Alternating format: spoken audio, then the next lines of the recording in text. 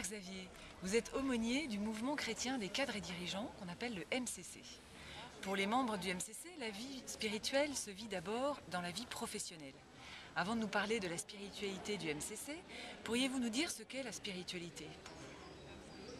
On pourrait définir la spiritualité comme la manière de traduire et d'exprimer dans sa vie ses convictions religieuses ou en un sens plus général, son engagement éthique.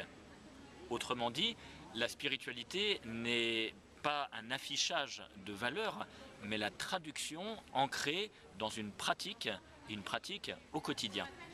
Pour un chrétien, ce sera sa manière de vivre dans la foi au Christ.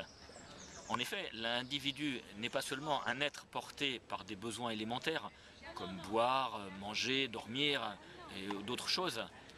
Non, la personne humaine est un être spirituel, guidé par une conscience et traversé par diverses dynamiques dont les dominantes sont le désir, l'espoir et l'amour.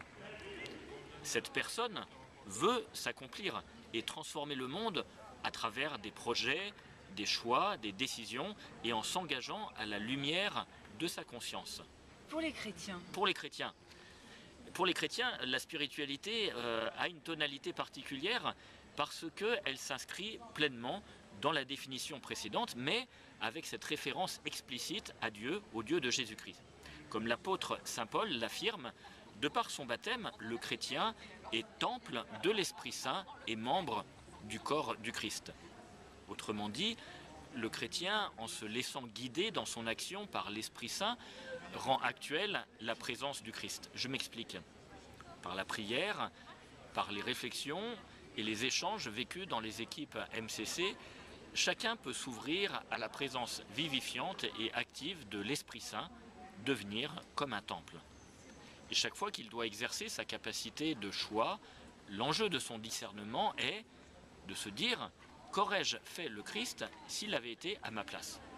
En ce sens, le chrétien agit comme membre du corps du Christ, ayant le Christ comme modèle.